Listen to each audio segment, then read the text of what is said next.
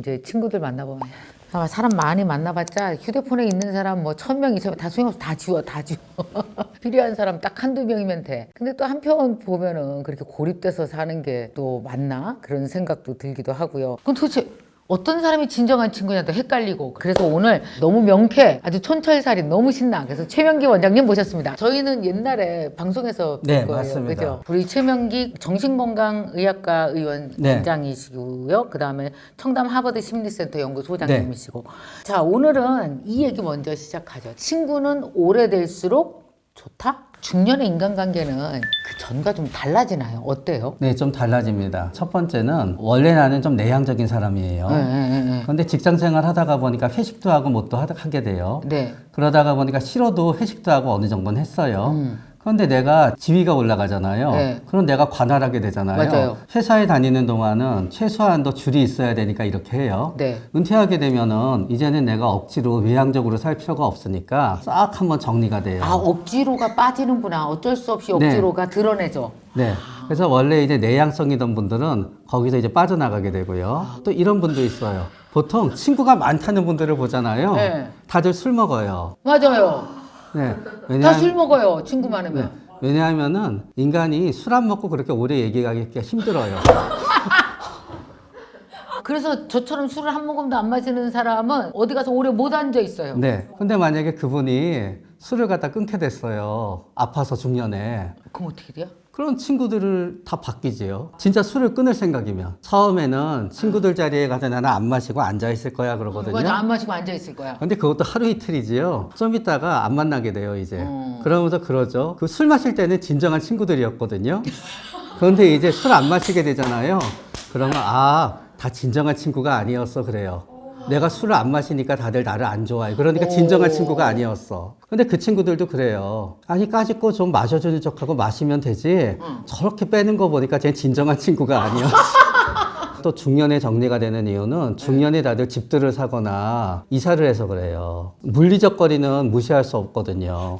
예를 들어서 통계는 없지만 최근 한 10년 사이에 20, 30%는 다 외부에서 온 분들이에요. 지방에서 온 분도 많아요. 그렇죠. 그럼 그분은 지방에 있었던 친구들하고 멀어지게 되지요. 그런데 꼭 그렇게까지 아니더라도 자식 때문에 맹모 삼촌지교를 실현하든 뭐가 됐든지 간에 중년에 이르게 되면 거주지들이 많이 바뀌어요. 자식 때문에도 바뀌고. 그렇죠. 중년이 돼야지 딱 집을 살 때쯤이 되고요. 아하. 중년이 돼야지 그래도 내가 원하는 동네로 전세를 갖다 옮길 정도가 중년이 돼야지 돈이 모여요. 그 중년이라고 하는 나이를 한 몇 살로 보시는 거예요, 원장님? 40대 중반부터를 대략 중년이라고 생각하게 되면은 아, 그때부터가 본격적이에요. 그전엔 다 비슷하게 살아요. 그때부터 쫙 달라지지요. 20대 때는 다 똑같잖아. 같은 네. 학교 나와갖고 다 비슷하게 네. 다 같이 없어. 그러다가 격차가 벌어져요. 한 15년, 20년 지나면. 네. 내가 약간의 좀 열등감을 가진 분도 관계가 힘들어지고요.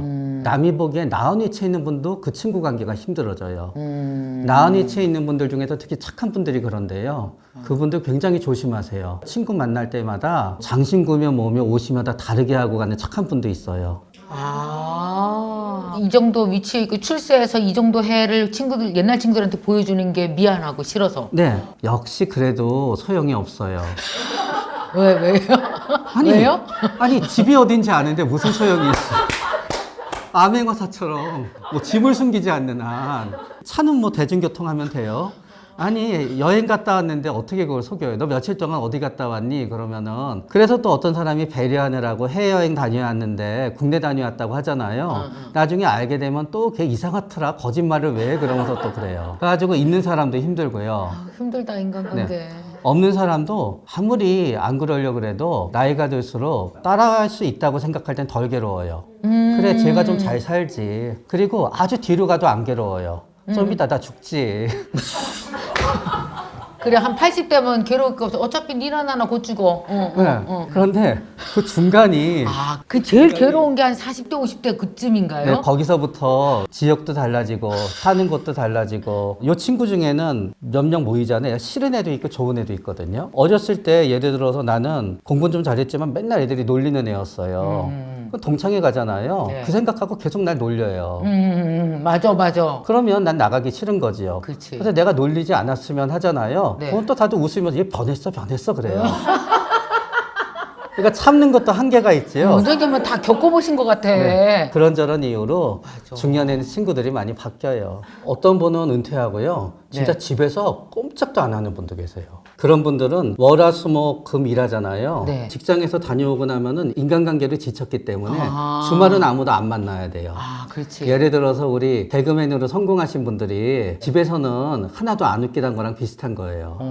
그래서 그런 분들이 또 아무도 안 만나면서 실수하시는 게 있어요. 뭐요? 꼭 시골에 가서 살아야 되겠대요. 맞아. 아무도 나 모르는 곳에 가서. 그렇게 얘기하지. 네, 본인이 원하는 게 프라이빗이라는 걸 알면 시골에 갈 필요가 없거든요. 근데 실수로 시골에 갔는데 실수로. 시골은 사람들이 별로 없잖아요. 네. 그렇기 때문에 이게 낯선 이웃이 누구냐에 따라서 달라져요. 난 프라이버시가 있어서 아무도 안 만나려고 시골에 갔는데 시골에 너무너무 친절한 분이 옆에 사셔서 맨날 이것도 가져오고 저것도 가져오고 어떻게.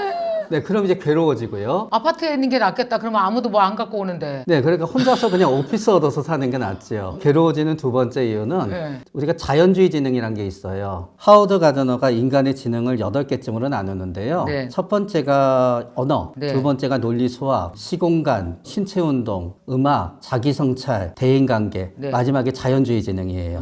근데 자연주의 지능은 100년 전까지만 해도 중요했어요. 네. 한마디로 말하면 농사를 잘 짓고 소를 갖다 잘 키우는 재능이에요. 나무도 잘 해오고 열매도 따는 데 필요한 재능들이에요. 근데 자연주의 지능이 좀 높으신 분들은 네. 높으면서 내향적인 분들은 시골에 가면 되게 편하게 지내세요. 본인이 원하는 거는 단지 사람들이랑 멀리 떨어져 있기를 원했는데 근데? 막상 가니까 자연주의 지능이 없잖아요. 너무너무 지루해요, 거기가. 아무도 안 그러네. 만나더라도 도시에 있어야 되거든요. 중요한 얘기다. 아무도 안 만나도 도시에 있어야 된다. 그래서 우리는 나이가 들고 가난하시더라도 네. 본인이 원하는 거주지를 떠나고 싶지 않은 거예요. 거기가 나의 성격에 맞게 형성된 거거든요. 아, 그래서 시골에 계시는 엄마들이 서울을 오시라면 안 오시는 거예요? 네, 그분들은 안 와요. 왜 힘든데 농사를 지으세요라고 하잖아요. 맞아요, 힘든데. 그분들은 자연주의 지능이 높기 때문에 자아실현이 농사예요.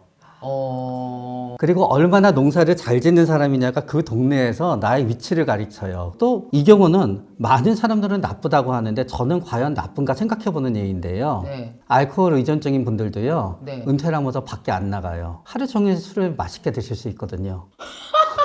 은퇴하면 집에서 술을 혼자서 홀짝홀짝. 그러니까 그런 분들 굉장히 많아요. 그럼 밖에 안 나가요? 안 나가요. 그러면 이제 나중에 그분이 돌아가시면 또 착한 아내분들은 되게 많이 죄책감에 시달려요. 남편의 건강을 잘 돌보지 못했나 보다. 그렇지. 근데 사실은 그건 아니에요. 세상에서 제일 행복하게 살다가 가신 거거든요. 우리는 자꾸 인간의 삶을 얼마나 돈을 버냐, 뭐 예술 작품을 남기냐, 뭐를 하냐로 구분하다가 보니까 생산적인 삶과 비생산적인 삶으로 나누는데 맞아. 행복한 삶으로 놓고 보면 굉장히 행복한 삶이거든요. 그러네 또. 그 다음에 이제 중년에 또 이제 되게 달라지는 것 중에 하나가 돈인 것 같아요. 맞아요. 총각 때는 막 그러니까 돈 막 쓰고 그러다가 결혼하면은 부인이 막 10,000원 주고 10,000원 받겠어 뭐 이러니까 이제 친구 관계 되게 달라지지 않아요? 이제 결혼하고 나서 일단 남자가 달라지냐 안 달라지냐는 네. 겁이 많냐 없냐에 나와요. 다 맞으면 화가 나서 여자를 때릴 것 같지요? 예. 아니에요. 맞았다고 상대방을 때리는 사람은 10명 중에 1명도 안 돼요. 여자가 남편을 때렸을 때 이렇게 대부분은 그냥 참아요. 그리고 참는 사람들은요, 길 가다 누가 때려도 그냥 참아요. 솔직히 누가 나를 때렸을 때 즉각적으로 반격에 나설 수 있는 사람은 몇 명 안 돼요. 아 심리적으로 그래요? уп짓하고 달아나거나 그러지요. 네. 누가 나를 때렸을 때 거기에 맞서서 연타를 때릴 수 있는 전사의 정신을 가진 사람은 몇 명 없어요. 진짜 그럴 것 같기도 하네. 그럴 것 같네. 네, 그런데 전사의 정신을 가진 분들이 있어요. 전사의 정신. 네, 그런 전사의 정신이 없는 분들은 아내는 말로 전사의 정신이 있으시거든요. 네. 그러면은 말로. 겁이 나니까 그분들은 야단 맞는 것 자체가 겁이 나요. 친구들 막 어울려 다니고 그러던 분인데 네. 겁이 나니까 아내가 하자는 대로 해요. 그래서 그분들은 좀 바뀌어요. 그런데 무서운 게 없는 분들은 안 바뀌어요. 그러면서 오히려 아내한테 뭐라고 하지요. 이런 분들도 있어요. 나중에 나이 들면은 별거 아니거든요. 왜냐하면 자식이 공부 잘하건 아니든지 간에 우린 다 자식이 은퇴한 다음에 죽거든요. 내가 100살이 죽으면은 자식이 한 70살 되잖아요. 그쵸. 걔도 그 전에 뭐 아무리 회사 다니고 걔도 그냥 무직이에요. 그래서 모든 자식은 무직으로 돌아가요. 그런데 이제 중고등학교 때 다른 애들은 이제 친구들 모임에 가잖아요. 원래는 우리 집이 제일 잘 살았어요. 그리고 직장도 제일 잘 다녔어요. 그래서 친구 모임에 가면 원래 내가 제일 표정도 밝고 얘네들을 압도했어요. 그런데 우리 애는 꼴찌예요. 나보다 나자라고 생각했던 애는 맨날 전교 1등해서 의대 간대요. 그러면 이게 바뀌게 되거든요. 어떤 경우에는 우울증이 있어서 자녀가 학교에 못 가고 중고등학교를 그만두게 된다든가 그렇게 되면은 특히 어머님들 같은 경우에는 모임이 안 나가요. 한동안 칩거해요. 아, 그렇지. 친구 관계가. 네, 그래서 결혼하게 되면은 그런 부분도 좀 바뀌어요. 그러네. 자녀에 따라서. 네. 중년이 되었을 때 인맥 관리를 그래도 적어도 이 정도는 요렇게는 하고 살아라 라고 하는 게 있을까요? 일단은 이 성격에 따라 달라요. 우리가 의미 있게 관리할 수 있는 수는 네. 그냥 30명 내외라고 생각해요, 다들. 초등학교도 30명 내외거든요. 군대에 한 소대도 30명 내외예요. 그러면 4씩 집단위로 돌아다녀야 되거든요. 네. 그런 4명 집단에 속하지 못하는 애들은 자기들끼리 또 안 친하려고 그래요. 그렇긴 하지만 어떤 분들은 타고 태어날 때부터 의미 없는 인간관계일지언정 한 20명, 10명 정도 되는 집단을 갖다 매일매일 만나야지 성이 차는 분이 있어요. 젊었을 때는 매일 클럽 갔겠지요. 30, 40대에는 동호회가 한 4, 5개 정도 있어요. 그분들은 중년이 되고 나서도 본인이 그렇게 사람들을 갖다 많이 안다는 게 자신의 자존감을 유지해요. 그러니까 그분들은 어떻게든지 작전을 짜서 계속 그게 무너지지 않게 해야 돼요. 그럼 어떤 동호회 이런 모임, 취미 모임 이런 걸 되게 많이 만들고 거기에 나가겠네요. 네. 그분들한테는 그게 제일 좋은 대인관계고요. 옆에서 보기에는 왜 저렇게 쓸데없이 사람을 많이 만나 하지만 그렇죠. 자기는 그게 행복해요. 그렇게 동호회도 많이 만나고 이게 좋은 인간관계를 잘 유지하는 사람이고 그런 걸 안 하는 사람은 인간관계를 못 하는 사람이야. 이렇게 볼 수 없는 거죠. 그럼. 네. 왜냐하면은 내가 맨날 사람들 많이 만나요. 네. 그래서 번번이 1년에 한 1억씩 사기당해요. 이쪽은 왜 갑자기 사기 얘기가 왜냐하면은 확률이 높아지나? 네, 사람 많이 만나면 사기와 당할 확률이 높아지지요. 보이스피싱을 제외하면은 우리는 이제 인간의 뇌에는 증거에 관한 과학적 뇌가 있고 이야기에 약한 뇌가 있어요. 그런데 우리가 이렇게 과학적 뇌를 지닌 지는 얼마 안 돼요. 그래서 우리는 다 스토리에 약해요. 맞아. 스토리 앞에서는 무너져요. 무너져. 근데 사람을 많이 만나면요, 스토리가 들어오거든요. 맞아. 그리고 사람을 많이 만나는 분들의 특징을 보면은요, 남이 나를 갖다 50만큼 좋아하잖아요. 나는 남이 나를 100만큼 좋아한다고 착각하세요. 맞아. 네. 나 왜 이렇게 마저만 하고 있냐? 네. 그러니까 사람을 많이 만나잖아요. 결국은 사기당할 확률이 올라가요. 1년에 1억씩 사기당하면 그 사람의 대인관계는 좋은 게 아니에요. 그 사람의 인간관계는 엉망인 거예요. 근데 이쪽은 사람을 한 명도 안 만나요. 사기를 안 당해요. 근데 사기 측면으로 보면은 그렇지만 그래도 친구가 좀 있어야 되지 않아요? 아니에요. 정신건강 측면에서 어때요? 친구가 진짜 도움이 돼요? 친구는 내가 약해질 땐 도움이 돼요. 약해질 때. 그래서 이런 분들이 있어요. 원래는 친구 하나도 없어도 잘 지내요. 그러나 친구가 없다 그래서 만나는 사람이 없는 건 아니에요. 이분들한테는 동료란 존재예요. 오케이. 직장에서 일할 때 되게 일할 때 동료들이랑 잘 지내요. 잘 지내. 그러나 직장 끝나면 끝이에요. 그렇지. 맞아. 그런데 실수하고 연락하면은 안 만나줘요. 직장 동료는 거기까지인 거야. 고객각인 거예요. 친구는 없지만 고객을 대할 때 보면 끝내줘요. 저도 친구는 한 명밖에 없거든요. 그러나 지금 와서 다 이렇게 말 잘하고 있잖아요. 그렇지. 원장님 여기서 친구의 정의가 뭐예요? 뭘 친구로 범주를 뭘로 봐야 돼요? 친구를. 제 친구, 제가 생각하는 범주는 네. 굉장히 좁은 정의인데요. 아. 일단 아무 이유 없이 만나야 돼요. 맞아. 아무 이유 없이 만나고 만나면 재밌어야 돼요. 아무 목적이 없이 만나서 시간을 때울 수 있는 사람이 친구예요. 그러니까 편한 거예요. 허물없이 대하고. 네. 그러니까 불편해지면 친구가 아니에요. 그때부터. 그 속에 있는 얘기 다 하고 그냥 그 믿어주고 그러나요? 근데 그거는 또 친구 따라 달라요. 그래. 서로 어떤 사람들은 둘이 친한 친구인 게 둘이 아무 말도 안 해서 친한 친구인 사람도 있어요. 친구의 정의가 이렇다라고 내릴 수는 없구나. 그래서 이거는 애초에 친구라고 하는 거는 과학적 용어가 아니에요. 네네네. 만약에 친구의 정의를 내려고 그러면은 네. 누군가 이 친구란 용어를 갖다 과학 용어로 만들어야 돼요. 맞아. 무슨 뜻인가 하면은 원장님 정확한 얘기예요, 진짜. 네. 친구는 과학적 용어가 아니야. 네, 그래서 그러니까, 맞아. 그러니까 내 생각에 아하. 친구는 이런 거야라고 누구나 생각하시잖아요. 네. 다 그게 그분한테 친구예요. 맞아. 어떤 분은 친구는 일주일에 적어도 한 번 정도 만나거나 그런 게 친구예요. 그런 그 친구는 매일 바꿔가면서 만나는 사람한테 너 그래요. 넌 친구가 없어. 넌 진정한 친구가 없어. 네가 만나는 사람들 다 친구 아니야 그래요. 그건 또 이쪽 사람이 그러는 거예요. 넌 친구가 진짜 없어. 만나는 사람이 없잖아. 그렇기 때문에 각자가 생각하는 친구가 다르고 그 정의는 전부 다 맞아요. 제 생각에 저한테 친구라고 할 사람은 한 명 있는 것 같아요. 의대 후배인데 어쩌다 보니 나이는 저랑 같은데 후배가 되는 분이 있어요. 같이 레지던트하고 그 한 분 개인적으로 보고요. 저는 거의 안 만나요. 그래서 사실은 너무 냉정한 얘기지만요. 근데 친구는 왜 필요하냐? 아까 말씀드린 건 뭔가 하면 약해질 때 해요. 나는 원래 친구 없이 혼자서 잘 살아요. 근데 내가 굉장히 우울증도 걸리고 힘도 심약해졌어요. 그럼 그때는 친구가 있었으면 해요. 근데 난 원래 혼자서 잘 살았거든요. 그러니까 옆에 친구가 없어요. 그럼 나는 잘못 살았나 보다 하고 생각해요. 그러다가 다시 우울증도 낫고 제대로 되잖아요. 그건 혼자 잘 살아서 친구가 필요 없어요. 그래서 오히려 내가 혼자 잘 지내던 사람이 힘들어서 누구랑 친구 되잖아요. 나아지고 나면 이 친구 떨어야 되거든요. 그래서 그 친구한테 욕먹어요. 또 어떤 사람은 맨날 친구들끼리 맨날 놀아요. 너무 리얼해. 네. 그래가지고 맨날 놀고 떠드는 친구가 진정한 친구였어요. 내가 우울하고 너무 힘들어요. 얘기해요. 이 친구들은 못 받아줘. 잊어먹어.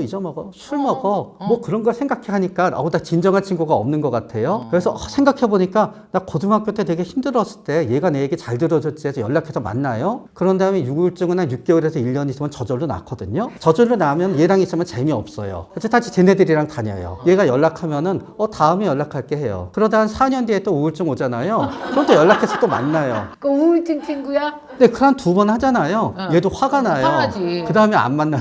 그럼 또 딴 사람 만나요. 그래서 혼자 지내는 분들은 진정한 친구가 없어도 혼자 잘 지내던 분들도, 진정한 친구가 없이 그냥 아는 사람만 많으면 잘 지내던 분들도, 우리는 약해지면은 진정한 친구에 대한 생각이 이렇게 머리를 쏠리게 돼요. 그러나 문제의 포인트는 진정한 친구가 아니라 내가 진정한 친구가 있었으면 갈망할 정도로 약해졌다는 데 있는 거예요. 네, 그래서 그때 필요한 건 진정한 친구가 아니라 다시 강해지는 거예요. 내가 알거지가 됐는데 그런 생각하거든요. 진정한 친구가 없어. 알거지가 됐는데 날 도와주는 친구는 없어. 그런데 친구들은, 나는 그때 내가 알거지가 될 줄 모르고 친구를 사귀었거든요. 내가 알거지가 될 줄 알았으면 나는 30년 전부터 내 진정한 친구의 기준은 내가 30년 후에 알거지가 됐을 때 돈을 빌려줄 수 있는 진정한 친구를 사귀었을 거예요.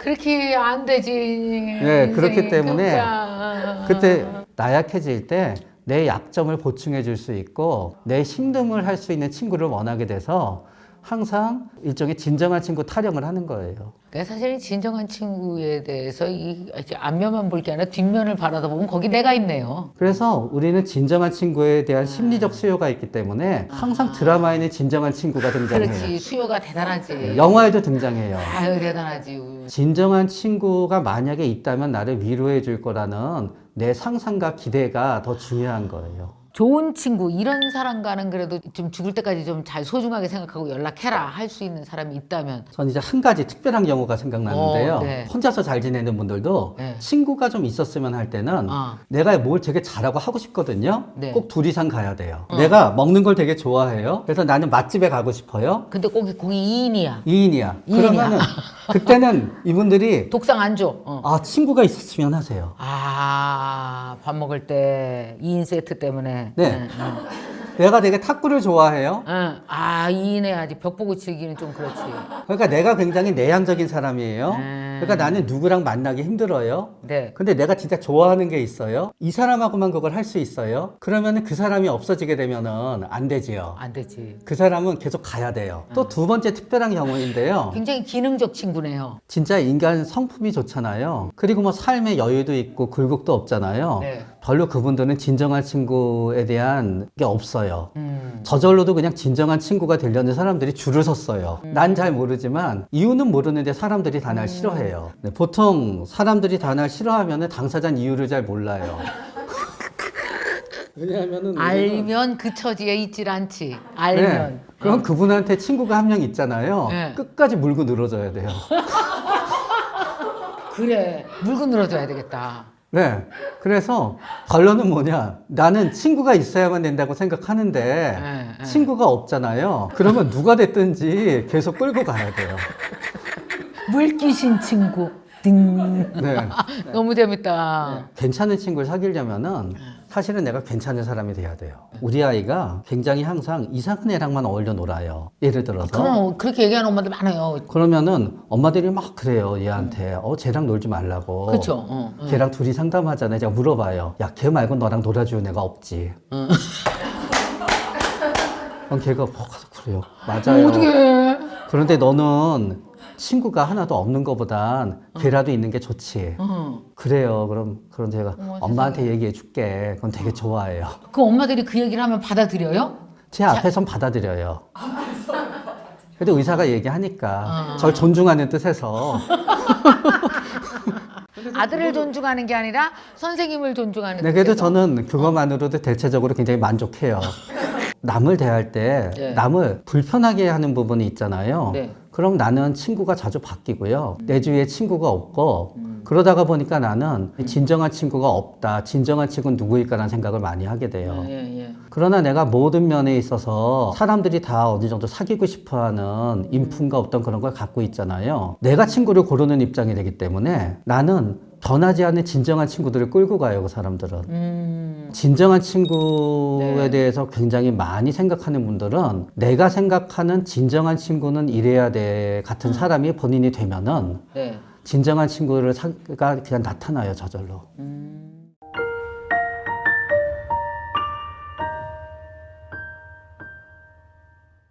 또 이 이야기를 좀 해봤으면 좋겠어요. 이건 진짜 재밌는 건데요. 인복을 부르는 기적의 대화법. 대화로 인복을 부를 수 있어요?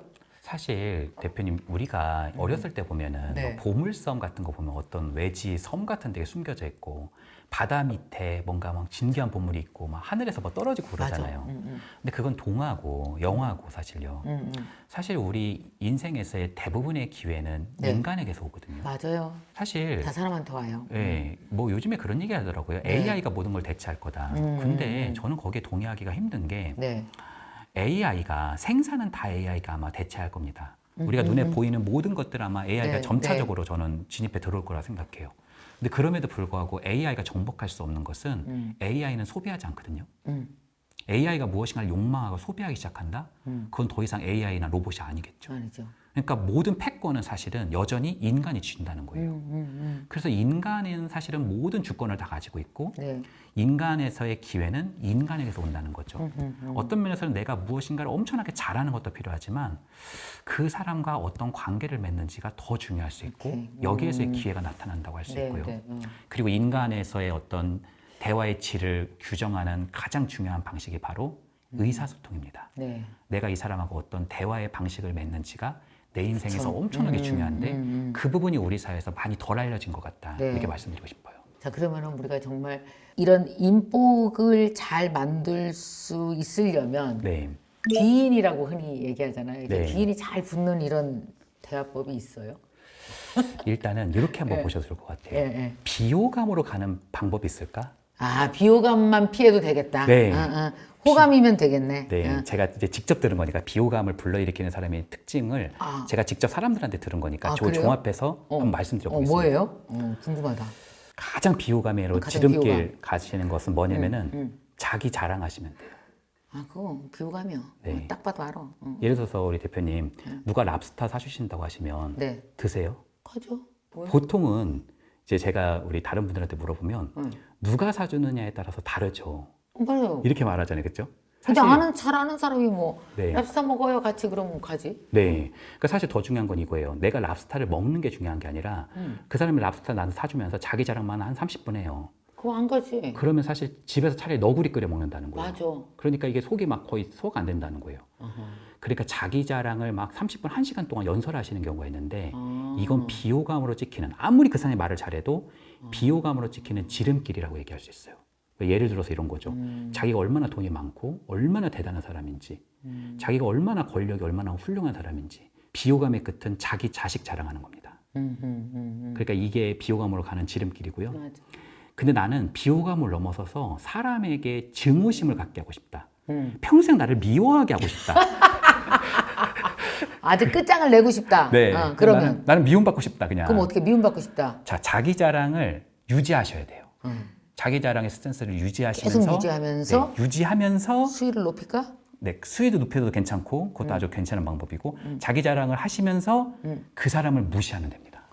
끝났네. 네. 그러니까 예를 들어서 이런 거예요. 아유, 우리 병철이는 이번에 서울대 의대를 얘는 외국 가라니까 의대를 가가지고 진짜 얘는 왜 이렇게 공부를 못해서 큰일이야. 우리 아이는 진짜 그냥 전교 1등밖에 못해가지고 전국고사 1등을 했었어야 되는데 막 이렇게 얘기하는 거예요.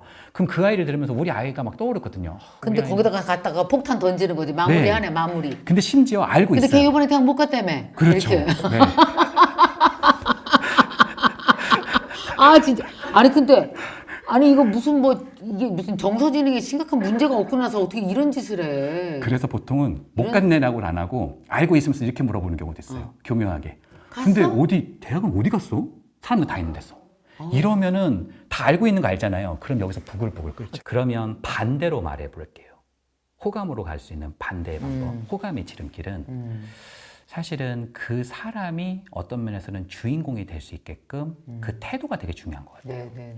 그러니까 이 사람이 무대에 설 수 있게끔 굉장히 존중하는 태도. 저는 언어보다 비언어가 더 중요하다고 생각하거든요. 첫 번째는 눈을 이렇게 보기보다는 눈 바로 밑을 보는 게 도움이 됩니다.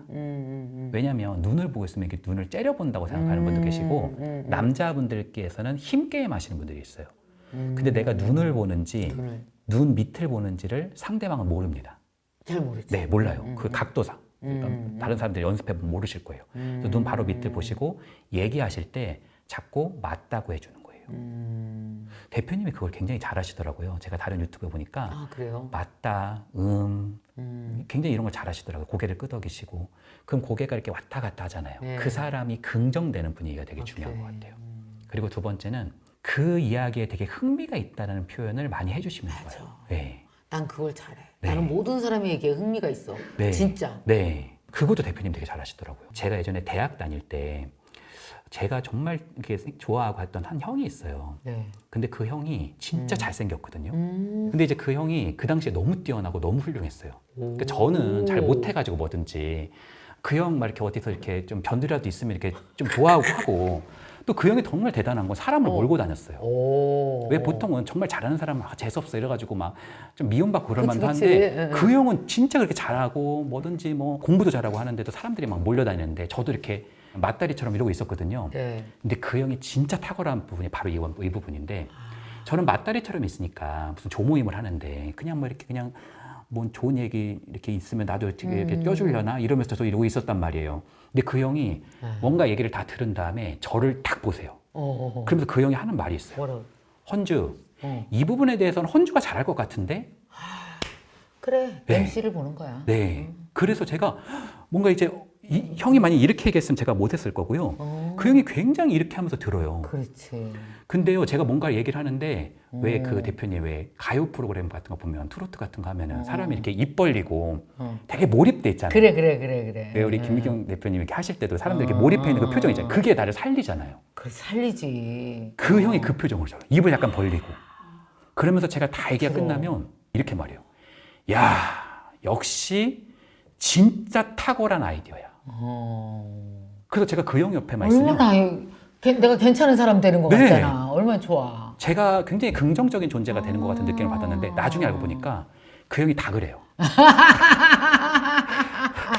그래서 다들 그 형을 따라다니는 이유가 그 형 앞에 있으면 내가 굉장히 뭔가 괜찮은 사람이 되는 것 같은 오케이. 그것이 호감에서의 핵심입니다. 그러니까 그 사람의 눈 바로 밑을 보면서 굉장히 고개를 끄덕여주고 그 사람의 말에 맞다고 해주고 그 사람에게 굉장히 몰입하면서 그 사람이 정말 괜찮은 사람이 되게끔 만들어주는 그런 패턴이 호감에서 저는 아주 중요한 포인트라고 말씀드리고 싶어요.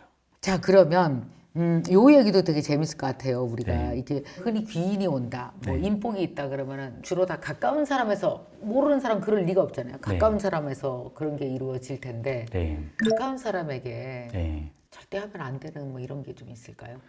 일단은 이런 영상을 보시는 분들은 굉장히 네. 인간관계에 대해서 고민도 많이 하시고 맞아. 훨씬 더 자원이 있으신 분들이 많을 것 같아요. 그래서 마음 토대는 굉장히 좋은 분들이 많을 거라 생각합니다. 네. 거기서 이제 말투가 중요한 것 같아요. 말투. 말투가 맞아. 자기도 모르게 계속 반박하는 분들이 있어요. 아. 그러니까 반박. 그렇죠. 반박을 자기도 모르게 계속 하는데 예를 들면 말투가 이런 거예요. 차라리 그렇게 하지 그랬어. 그러니까 차라리를 자꾸 쓰시는 분이 있어요. 미치겠다. 아니 차라리 거기 음식점 거기 가지 그랬어. 이러면은 나는 여태까지 열심히 했는데. 비난 쪽으로 들려. 차라리는 네. 비난이야, 그냥. 소위 무슨 소리가 들리면 차라리 네가 그럼 예약해라. 약간 맞아, 이런 맞아, 느낌이 맞아, 든단 맞아. 말이에요. 근데 차라리를 자기도 모르게 계속 쓰시는 경우들이 존재합니다. 그리고 두 번째는 자기도 모르게 계속 비교를 하시는 분들이 있어요. 아, 비교. 네. 응. 야 이번에 그 창수는 그 엄마 이번에 대만 보내줬더라. 그냥 뭐 그냥 하는 얘기야. 그냥 대만을 보내줬다고. 그냥 어휴 얼마나 그 좋아서 얘기하는지 그냥 엄마는 얘기만 들어도 그냥 얘기만 들어도 좋다고 뭐 특별한 얘기는 아니고 이런 얘기 듣고 있으면은 자식은 그거 못 보내주고 있잖아요. 그럼 막 화가 난다는 거예요. 그러니까 자기도 모르게 다른 사람의 이야기에서 자기가 자꾸 비교되는 말투를 쓰시는 분들이 있다는 거예요. 비교되는 말. 그리고 세 번째는 비언어인데 의외로 말을 들을 때 자꾸 이렇게 하시는 분들이 있어요. 많아. 예, 있어요. 많아. 예. 어. 그래서 제가 어떤 경우에는 제가 강의를 하는데 거기 계시는데 두 분이 진짜 이러고 계시는데 제가 이렇게 하시는 분이 굉장히 그 사실은 사람에게 서운하게 한다. 그랬더니 그분이 굉장히 깜짝 놀란 표정으로 탁 멈춰서서 놀라시더라고요. 이건 뭐예요? 또 뭐, 대화 말투 습관. 또 네. 하나. 네가 뭘 알아? 약간 이런 말투예요. 그러니까 이거 뭘 알아? 약간 이렇게 표현하는 경우가 보통은 수평적인 요소에서는 드문데 상사가 그렇게 얘기하는 경우가 많아요. 야, 네가 뭘 알아? 이렇게 표현하는 경우들이 있는데 그거를 좋게 얘기해도 당하는 입장에서는 내가 잘 모른다는 뜻인가? 계속 이런 느낌을 받을 수가 있고 또 이렇게 하게 됩니다. 또 그랬네. 네가 뭐라라는 비난이니까. 네, 네가 뭘 알아? 그리고 또 그랬네. 또 그랬네. 이게 요즘 우리가 얘기하는 답정너의 굉장히 중요한 말투입니다. 답정? 답은 정해졌으니까 넌 대답만 해라. 이게 네가 뭘 알아? 또 그랬어? 이렇게 하고 이제 자기 얘기를 하기 시작하는. 이 답정너들이 주로 다 나이 든 사람들이 많은 건가? 아니면 젊은 애들끼리도 답정너가 있나? 저는 나이하고는 상관없는 것 같아요. 아, 그래요? 네. 예를 들어서 22살 분이어도 20살 후배한테 또 그 답정너의 스타일을 보내는 경우들이 있거든요. 그러니까 저는 너무 권위적이고 못됐다고. 네, 그런 경우들은 뭐 비일비재하다고 말씀드리고 싶습니다. 또 그랬네. 네. 자, 우리 그러면 이제 반대로 이런 것도 얘기해봐요. 친하진 않아요. 네. 근데 이제 정말 이제 하면 안 되는 것도 있지만 해야 될 거. 네. 아주 정말 매력 있게 매력 만점으로 대화하는 방법이 있을까요? 그러니까 아직 조금 친하진 않은데 거리를 확 좁혀줄 수 있는. 우리가 진짜 좋은 관계를 맺는다라는 것은 양이 넓은 관계가 아니라 저는 질 높은 관계라 생각하거든요. 깊은 관계. 맞아요. 근데 내가 이 사람하고 깊은 관계를 맺으려고 해도 한 번에 지하 10층으로 바로 뛰어들 수 없잖아요. 맞아. 한 계단씩 내려가야 되잖아요. 아, 그렇지. 그래서 첫 만남에서는 네. 어떤 면에서는 가볍고도 좀 공감할 만한 주제의 대화가 필요하고요. 그런 주제를 요즘 스몰 토크라고 얘기하는 것 같습니다. 오케이. 스몰 토크 맞아요. 근데 이제 스몰 토크에서 어떤 제가 예전에 학교에서 어떤 분을 뵀냐면은 공대 박사님이세요. 네. 근데 이제 저희들은 이제 여기서 좀 약간 의뢰 입장이었고 이제 오시는 분들이 굉장히 이제 재정권을 가지고 있어서 저희들이 약간 의뢰는 저도 이제 그 공대 박사님을 처음 뵀거든요. 그래서 먼저 나와서 이러고 있는데 그 공대 박사님이 좀 긴장하셨는지 계속 이러시는 거예요. 기친, 유공, 가여성, 지귀식, 기친, 유공, 가여성. 그래서 제가 웬 주문을 외우시지? 그래서 제가 여쭤봤어요. 아니 박사님 그게 뭐예요? 그랬더니 그분이 저를 딱 보시면서 굉장히 여유롭게 인간이 대답할 수 있는 모든 주제가 다 총망라되어 있다. 기가 뭐냐면 기후예요. 취가 취미예요. 뉴가 뉴스예요.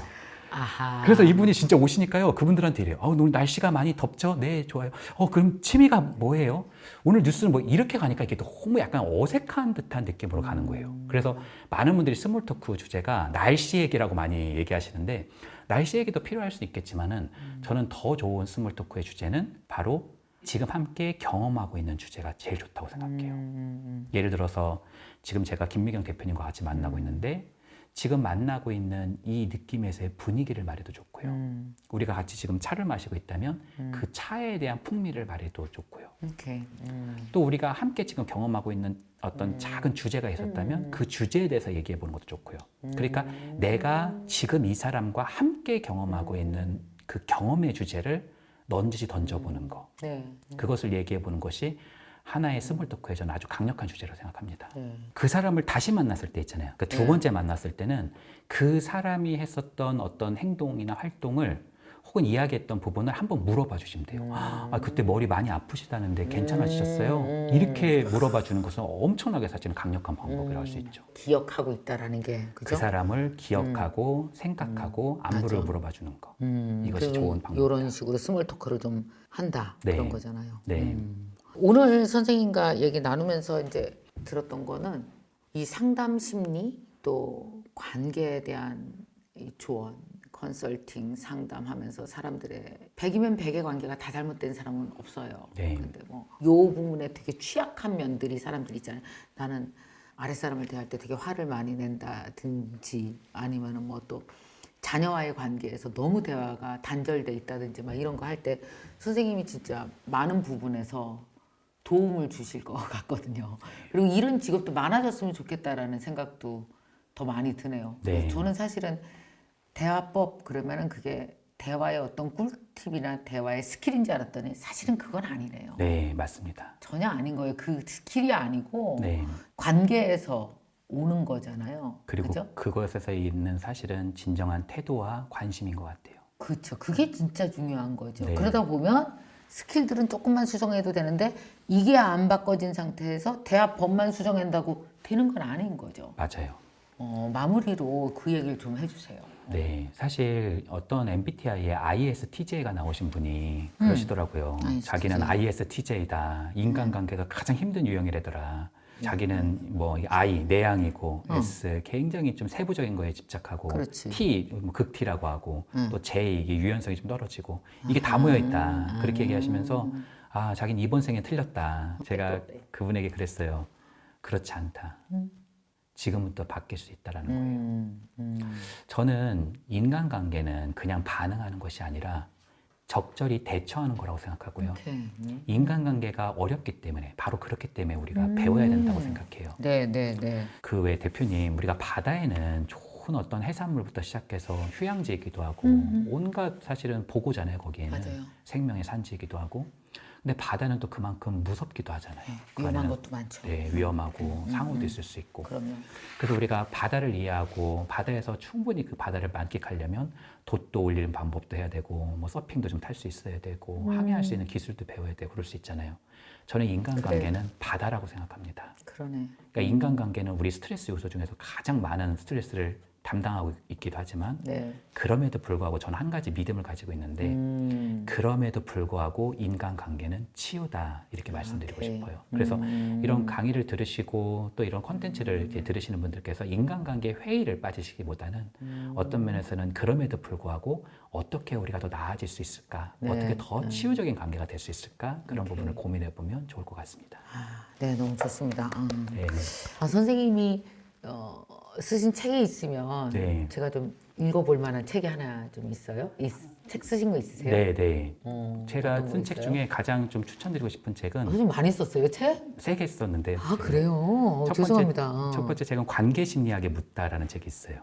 그 책을 보면 인간관계가 어떻게 구성되고 역학을 갖는지가 많이 보이고요. 관계 심리학에 심리학에 묻다.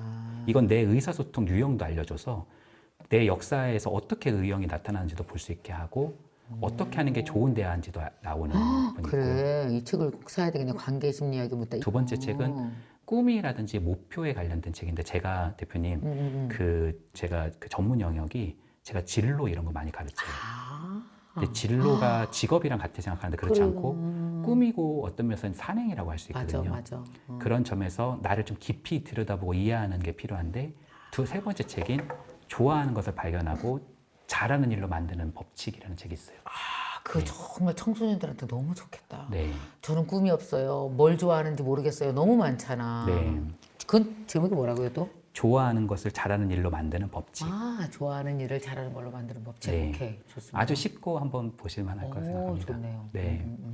저는 이 관계 심리학에 묻다라는 책을 꼭 한번 사서 보고 싶고 무례한 사람을 다루는 법 네. 이런 책은 또 이제 정말 실천적으로 좋은 책인 것 같고 네. 아마 여러분들이 선생님 얘기 들으면서 말도 저렇게 이렇게 논리적으로 잘 이해시키는데 책은 얼마나 그럴까 아마 궁금하신 분들 계시면 꼭 책 사서 보시면 되게 도움이 많이 되실 것 같아요.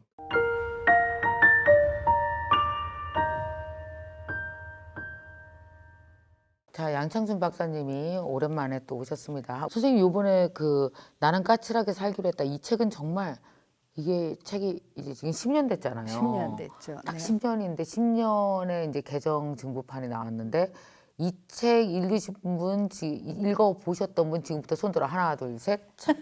정말 우리나라 독서 인구가 그렇게 크진 않거든요. 근데 이게 거의 50만 부가 나갔다는 건 뭐 그 옆에 사람까지 읽었다면 60만 정도가 이 책을 접하고 읽었다고 생각을 하면 정말 독서 인구의 거의 많은 다가 이 책을 다 읽었다고 생각해도 되거든요. 아, 고맙습니다. 진짜 이거 되게 사람들이 그리고 또 이제 읽고 나서 이렇게 정보가 되는 책이 있냐면 읽고 나서 삶에 지속적으로 이렇게 읽은 시점부터 사람이 성장하는 책 있잖아요. 읽은 시점부터 좋아지는 책.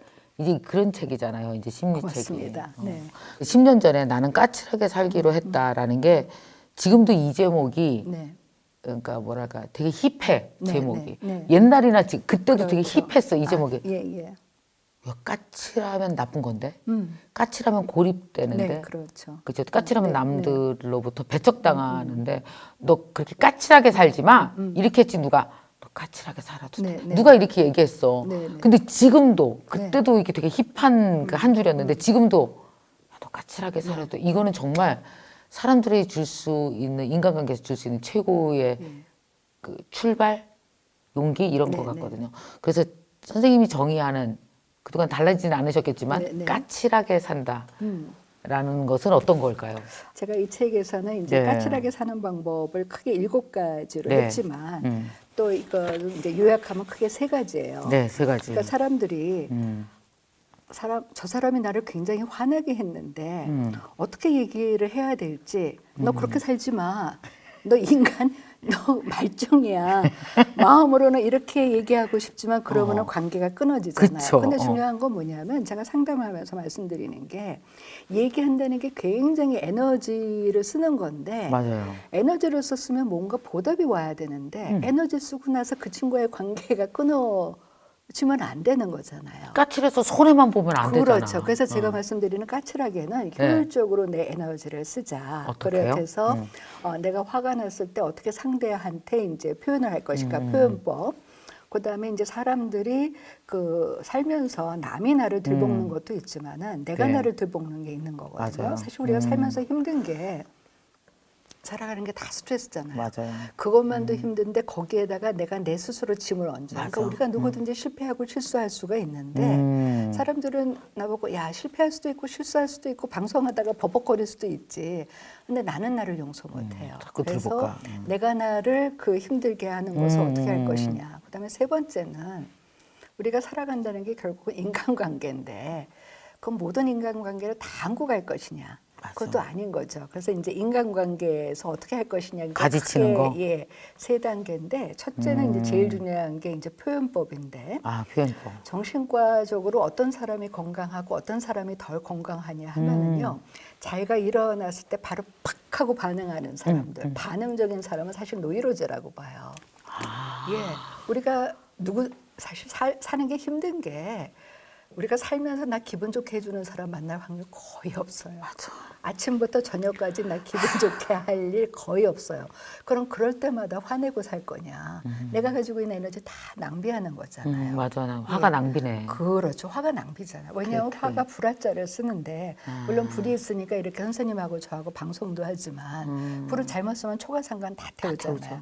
그러니까 어떻게 내가 초가상간도 안 태우면서 내가 원하는 목표를 달성할 수 있을까? 그것이 이제 이 까칠의 방법인데 그래서 제가 SC의 법칙이라고 그랬어요. 여기 S가 진짜 그거 되게 간단하고 좋았어요. 예, S가 SCE. 이제 스톱이고 스톱. C가 컨트롤이고 네. 그다음에 E가 이제 그 Escape. 상황을 피하든지 이제 그 escape 하든지 네, expression 맞아요. 하든지. 근데 이게 참 재밌는 거가 제가 이제 몇 년 전에 명리심리학을 쓰면서 결국은 모든 학문이 앞으로 하나로 통한다는 거가 이 SC의 법칙이 다른 게 아니라 네. 그 명상하고 호흡법 하시는 분들 이게 호흡법인 거예요. 그 호흡 그렇지. 예. 멈추고 그렇죠. 컨트롤하고 그다음에 표현하든지 벗어나든지. 그렇죠. 그러니까 SC의 법칙을 기억 못 하시면은 우리가 호흡법이 뭐냐면은 막 생각이 복잡해, 화가 나, 우울하고 불안해. 그럴 때 일단 멈춰요. 그리고 나서 자기가 호흡을 몇 번 하는지 여기에 집중을 하잖아요. 이렇게 호흡에 그게 집중한다. 컨트롤 하잖아요. 그러고 나면 조금 가라앉잖아요. 맞아. 그때 표현을 하라는 거죠. 그래서 이제 저한테 상담하러 오시는 분들 중에 많은 분들이 그때 나한테 그 사람이 나한테 모욕적인 얘기를 했는데 왜 그때 내가 치고받지 못했을까? 난 너무 화가 난다. 그럴 때 제가 말씀드리는 게 그게 당신을 보호하는 거고 참 잘했다. 왜냐하면 그때 얘기해봤자 치고받고 싸우잖아요. 그러니까 한번 스톱하고 컨트롤하고 그 다음에 이제 표현을 하는.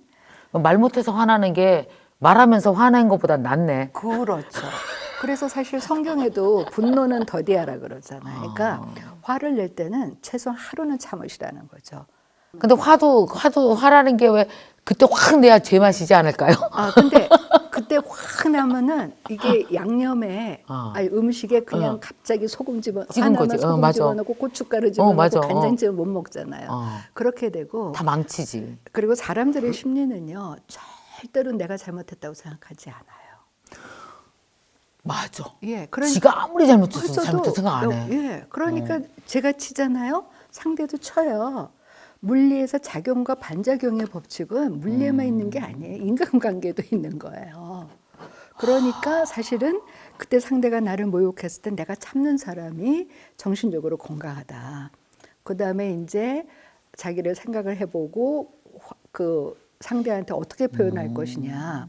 상대를 절대로 모욕하거나 무시하지 말고 내가 상대한테 왜 화가 났는지 그리고 내가 상대한테 뭘 원하는지만 전달하면 돼요. 근데 내가 상대한테 화를 낼 때 화 잘 내시는 분한테 제가 저기 상담하면서 숙제를 드리는 게 뭐냐면 그럴 때마다 요즘에 핸드폰에 다 녹음 기능 있잖아요. 녹음해서 들어보시라 그러면은 지가 내가 화낸 거. 왜 화가 났는지 없어요.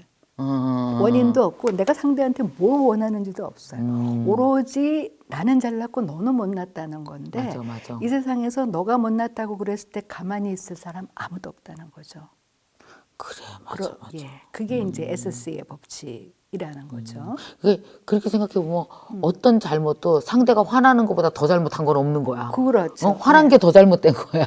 내가 잘못된 게 아니라. 그래서 사실은 이제 이 SC의 법칙은 뭐냐면 그러네. 내가 원하는 것을 그 상대한테 전달해서 얻어야 되잖아요. 맞아. 경제적인 거거든요. 경제적인 예. 그런데 그럴 때 이제 뭐 저기 치고받고 싸우면은 결국은 나도 다치고 상대도 다치고 그래서 이제 항상 그 어떤 철학자가 얘기가 분노하고 어리석은 행동은 같이 간다는 거죠. 그리고 항상 후회해야 한다는 거고.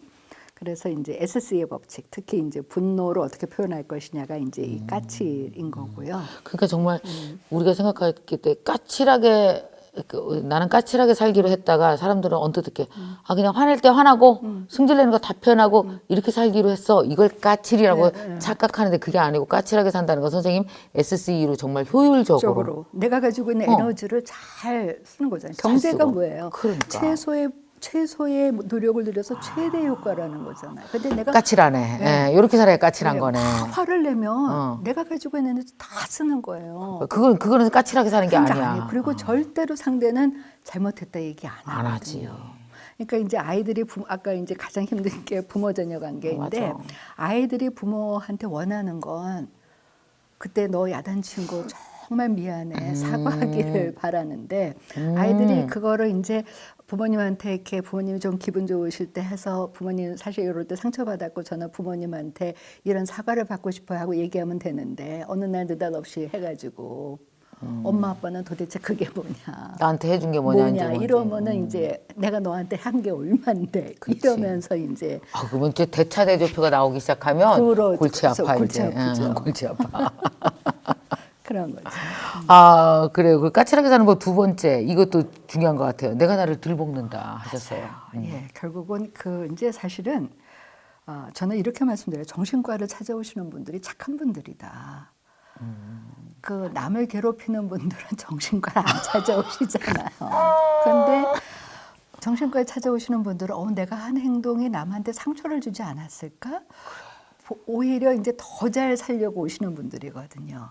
그러니까 이제 그거를 도와드려야 되는데 이 내가 나를 들볶는 이유 중에 하나가 항상 내가 한 것에 대해서 내가 잘했는지 못했는지, 내가 저 사람한테 상처를 줬는지 안 줬는지 이거를 보거든요. 그러니까 과거에 대해서 후회하시는 분들이 너무 많아요. 근데 과거는 돌아보면 다 후회인 거거든요. 맞아. 그래서 이제 중국 고전의 회남자에도 뭐라고 있냐면 저도 그 문구를 보고 저도 위로를 받은 게 50년을 살면 49년이 후회다. 30년을 살면 29년이 후회다. 60년을 살면 59년이 후회다. 그러면 후회하지 않는 1년은 뭐냐면 내가 엄마 뱃속에서 태어나서 딱 돌 때 될 때까지예요. 네. 내가 기억하지 못하는, 그러니까 내가 기억하는 한은 내 모든 게 후회인 거거든요. 근데 이제 그때 제가 말씀드리는 게 누구든지 이번 생은 처음이잖아요. 그렇죠. 처음부터 잘하는 사람 어디 있어? 없지. 예. 그러니까 그리고 또 생각을 해보면 내가 그때 왜 사기당했지? 왜 그때 내가 그런 비즈니스를 했지? 하면은 그때는 그럴 만한 이유가 있었어요. 그러니까 자기를 조금 수용해 주는 게 필요하고 그다음에 이제 세 번째가 가장 힘들어하는 게 이제 인간관계예요. 네. 사실은 저를 찾아오실 때 이제 호소하시는 증상들은 사람의 얼굴이 다르듯이 다 달라요. 뭐 잠이 안 온다, 입맛이 없다, 뭐 살기 싫다, 일하기 싫다. 근데 조금만 얘기하다 보면은 다 어디로 가냐 하면 인간관계에서는 상처와 갈등. 그 겉으로 드러난 건 그렇지만 그렇지만, 안에 네. 가보면 다른 예. 그 인간관계가 있구나. 그래서 저는 이렇게 상담하면서 현대인들의 모든 정신적인 고통의 원인은 인간관계가 아닌가. 왜냐하면 아까 이제 미래에 대해서 불안한 것도 뭐냐면 제가 많은 분들하고 상담을 해보면 불안이 크게 두 가지예요. 어떤 성공, 성취에 대한 불안. 근데 내가 왜 성공하고 성취하려고 그러냐 하면은 그러면 많은 사람들이 나를 사랑해주고 나를 좋아해주니까. 그럼 왜 실패를 두려워하냐? 내가 실패하고 돈 못 벌면은 사람들이 떠나갈 거니까. 그렇게. 결국 그러니까 성공이라는 것은 중간 단계이고 궁극적으로는 인간관계인 거예요. 그래서 이제 우리나라에서 그 미움받을 용기로 굉장히 네. 널리 알려진 그 애들러라는 정신의학자는 네네. 삶의 모든 고민은 그 인간관계에서 온다 그랬어요. 근데 오케이. 정말 저는 상담하면서 느껴요. 그래서 그 인간관계가 굉장히 고민인데 그러면 안 하면 되잖아. 그런데 또 뭐냐면은 인간이 이게 모순된 게 굉장히 힘들지만 우리가 또 어디에서 힘을 얻냐? 인간관계잖아요. 맞아요. 하루 종일 저기 일하고 지쳤는데 집에 들어갔을 때 내 아이들이 아빠 감사합니다. 엄마 감사합니다. 뭐 아들아 수고했다 그러면은 그 스트레스가 다 그럼요. 그거 되잖아요. 그래서 이제 그 미국이 부러운 이유가 한 가지 주제를 가지고 이제 몇십 년을 그걸 연구하죠. 해보는데 그 하버드에서 이제 1938년서부터 그 70대까지 이렇게 건강하게 산 사람들을 추적을 해봤더니 그러니까 멀리 있는 사람들하고 잘 지내는 게 아니라 가까운 사람들하고 잘 지내는. 그래서 요즘에 이제 최근에 미국에서 그 보고가 된 거가 이 중년기에 외로움을 많이 타는 사람일수록 그 치매에 잘 걸린다는 것이 보고가 됐어요. 그러니까 이 외로움이 이게 굉장히 중요한 거고, 그리고 이제 이게 또 중요한 거가 우리 뇌 안에 그 즐거움의 센터가 있는데, 그러니까 우리는 이게 행복, 기쁨 이런 것들을 느껴야지만 결국 생존할 수 있다는 거죠. 그렇잖아요. 누구든지 슬프고 우울하고 불안하면은 죽고 싶은 거잖아요. 그게 죽음에 이르는 병인데, 그 즐거움의 센터를 작용하는 것이 이제 긍정적인 감정이고, 그쵸. 긍정적인 감정은 어디에서 오느냐? 이제 인간관계인 거죠. 근데 우리가 사실은 생물이기 때문에 우리가 가지고 있는 에너지가 한계가 있잖아요. 그럼 어디에 쓸 것이냐? 나한테 도움되지 않는 사람한테 잘하려고 쓰면은 정작 내 가까운 사람들한테는 못 쓰잖아요. 못 쓰죠. 그래서 제가 이제 인간관계를 갖고 고민하시는 분들한테 뭐라고 말씀드리냐면 지금 그 힘들어하는 인간관계에 대해서 딱 세 가지만 질문해보자. 지금 내가 화나 죽겠고 내가 복수하고 싶고 그냥 어떻게 해서든지 내 상처 그 돌려주고 싶은 사람을 내가 죽을 때 내 옆에 있을 사람인지 그럼 아니라 그러죠. 아니지. 그다음에 내가 죽을 때 보고 싶어서 부를 사람인지 아니지. 안 부르지. 그다음에 내가 어려울 때 도와줄 사람인지 아니지. 아니죠. 그러면 그 관계는 그냥 잊으라는 거죠. 그냥 꺼버려. 예. 나를 싫어하는 사람 어떻게 상대해야 돼요? 한번 볼 필요는 있죠. 이 사람이 얘기한 거예요. 근데 어떤 면에서는 내가 모르는 내가 고쳐야 할 것을 그분이 지적하는 것도 있거든요. 그럼 봤을 때 지적하는 것이 옳으면은 내가 받아들이지만 정말 엉뚱한 것은 그건 무시해야 되는 거고 사실은 요즘에 저도 이렇게 정신과 의사로서 과연 우리가 이 SNS 문화, 이 인터넷 문화에 대해서 조금 생각해 볼 필요가 있는 게 저도 이렇게 뭐 제 글도 그렇고 이제 다른 뭐 그 기사 난 거 보면은 거기에는 물론 합리적인 비판도 있지만 전혀 아니고 그다음에 자기 그 분노 그냥 해서, 단순 예. 분노 표출도 있어요. 그래서 그 예전에 한번 정신과에서 조사를 한 적이 있어요. 네. 그 악글다는 사람들이 누구냐? 초등학생들. 그다음에 평범한 회사원들. 그래. 스트레스로. 그러니까 그분들의 스트레스에 그거인 거예요. 그러니까 신경 쓸 필요가 없는 거죠. 근데 그 사람 입장에서 네네. 스트레스를 그런 식으로 불특정하는 네네. 그 사람들이 내가 모르는 사람에게 네네. 막 욕을 써. 그럼 그렇죠. 걔네 풀리나 네네. 실제로?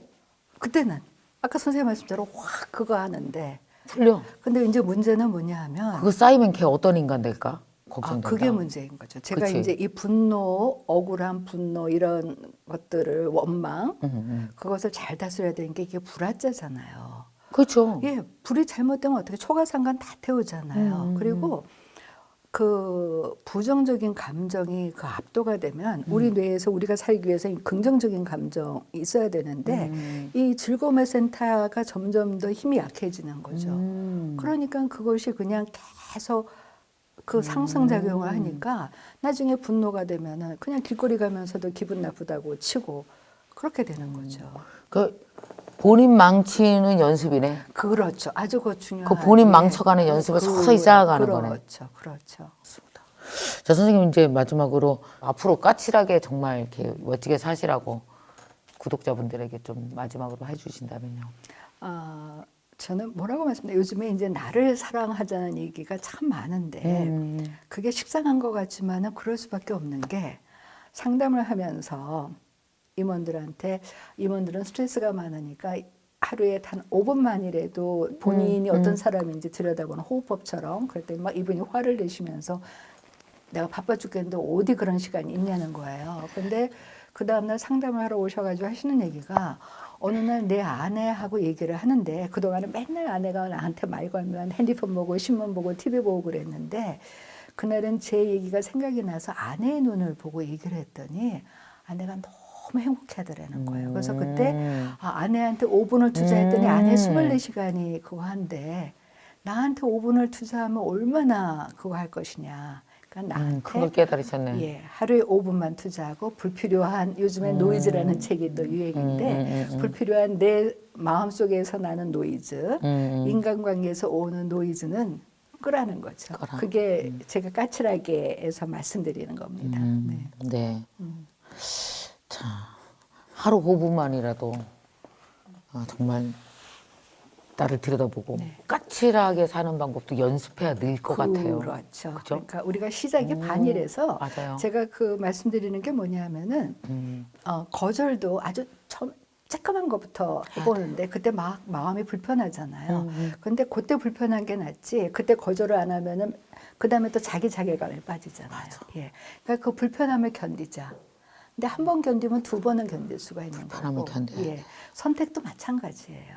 그러니까 시작이 반인 거죠. 나도 거절할 때 카톡에다가 정말 다른 거는 네 좋은 말이야 뭐 쓰는데 막 즉각적으로 쓰죠. 거절은 막 정말 어떤 심한 거절은 논문 쓰듯이 이틀을 고민해서 10줄을 딱 쓰잖아요. 그런데 어떠냐면 보낼 때도 사실 저 정도 맞아요. 돼도 거절이 힘들어요. 그럼 딱 보내고 나서 휴대폰을 이렇게 덮어놓는다니까요. 그 사람이 뭐라고 올까봐. 그러고 나서 다음날 읽어요. 소심. 다음날 읽어. 계속 일자만 보고 첫 줄만 보고 안 읽어.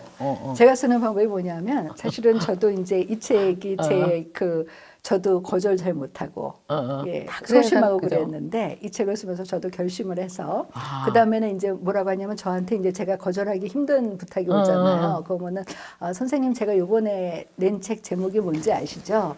제가 까칠하게 거절하겠습니다 하면 상대방이요 기분 좋게 웃으면서 어머 그거 괜찮다 나도 써봐야지 그러는 거죠. 나 이번에 나는 까칠하게 살기로 읽었거든. 그러니까 까칠하게 거절할 거야. 그러면 되는 거죠. 진짜 여러분들 그 오늘 어떠셨습니까? 양창순 박사님과의 대화가 여러분에게 많은 힘이 되셨으면은 좋겠어요. 왜냐하면은 모든 인간관계에서 내가 너무 잘하고 있다는 사람 너무 드물고 그리고 내가 나를 사랑하는 방법도 모르고 늘 상처받고 힘들고 막 이렇게 사실 돈 벌고 사는 것도 힘들어 죽겠는데 감정도 맨날 상처받고 얼마나 그 힘드세요. 이번에 이 책을 여러분들 혹시 10년 전에 읽으셨던 분 계시면 다시 한번 꼭 읽어보시면서 살아가는 데 있어서 제일 내부적인 힘이 저는 이 까칠함의 힘이라고 생각하거든요. 여기로부터 출발해야 뭐든지 이루고 성장할 수 있거든요. 그래서 여러분 꼭 이 책 읽으시면서 여러분 내부 안에 건강한 까칠함, 정말 효율적이고 나를 사랑하는 까칠함 꼭 키워서 힘 기르시기 바랍니다.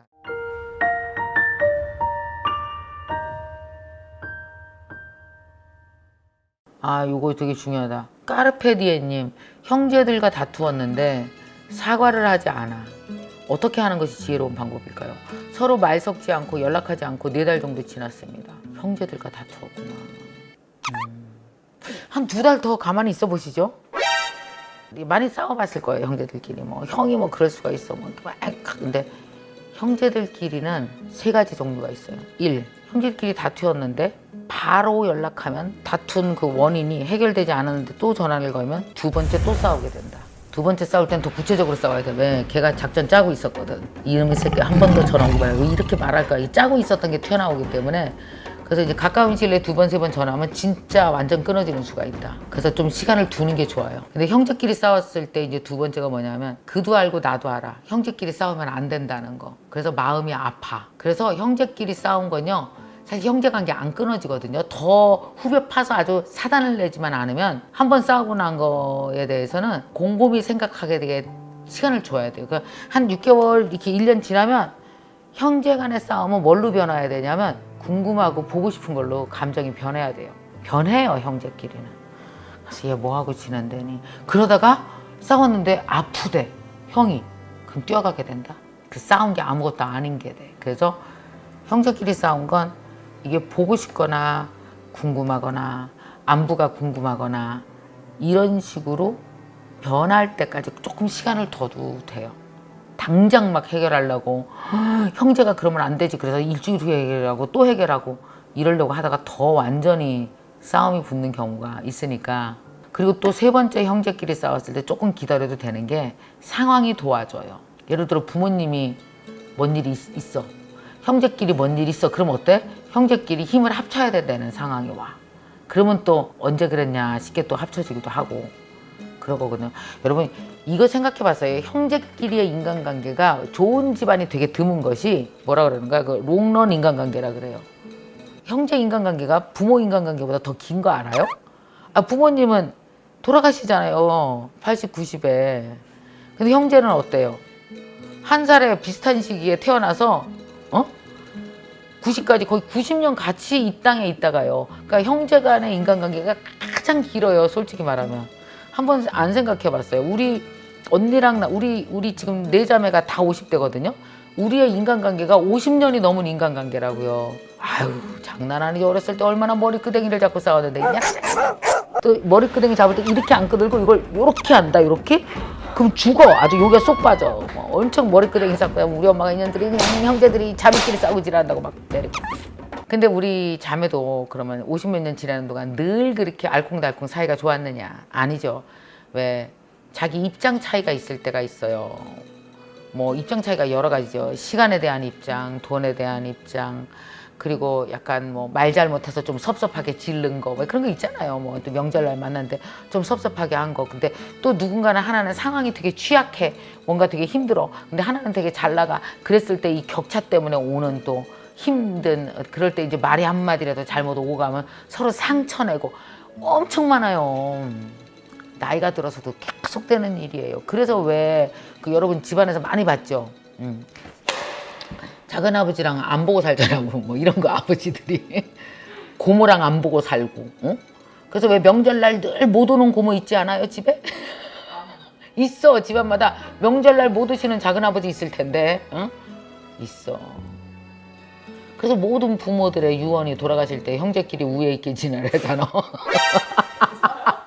하도 우애 있게 안 지내서. 까놓고 얘기하면 집집마다 움찔움찔하지 않은 형제자매 관계 없어요. 다 경제적 이득 관계도 있고 뭐도 있고 그래서 다 싸우고 살아요. 다 싸우고 사는데 여기서 되게 주목해야 하는 게 그 형제 자매 간의 인간관계는 모든 인간의 관계 중 가장 길다.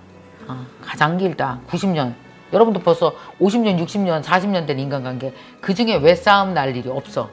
싸우죠. 근데 약간 텀을 좀 두세요. 시간이 많으니까. 형제 간의 인간관계는. 그렇다고 해서 뭐 우리가 뭐 형제가 아닌 게 되는 것도 아니고 자매가 아닌 게 되는 것도 아니니까 한 1년 각자 일을 하면서 열심히 살다가 그리고 나서 무슨 일이 있을 때 결정적 계기가 있을 거예요. 그때는 한 가지 명심할 것. 내가 먼저 사과하고 내가 먼저 져준다. 그러니까 왜 이런 거 있어요. 어제 금방 싸운 걸 내가 먼저 사과하려고 그러면 왜 명분도 약해지고 그렇게 사과할 거면 왜 그랬어? 또 이렇게 나올 수도 있잖아. 그럴 수 있잖아 사실. 그래서 사과를 못 한다니까 하고 싶어도. 근데 왜 어제 있던 일이 아니라 세월로부터 멀어지면 어떻게 되냐면 일이 요만해져. 작아져요. 다 까먹어서 서로. 여러분 시간을 견디는 일은 없어요. 시간이 제일 강해요. 시간을 이렇게 지나가면 일이 요만해져. 그럼 지가 사과하면서도 그냥 그때 뭐 그냥 좀 참으면 될 거야. 형님 죄송해요. 이게 지나갈 수 있다고. 근데 어제 한 걸 오늘 얘기하면 형님 어제 그랬는데 죄송해요. 그럼 이놈아 너는 어떻게 그걸 그렇게 그게 그렇게 작은 일이야? 이렇게 되잖아 또. 시간이 최고. 형제 간의 싸움에서는 시간이 최고. 요만해질 때 그냥 술 한잔 하시죠. 이렇게 술잔에다가 딱 담을 만큼의 분량일 때는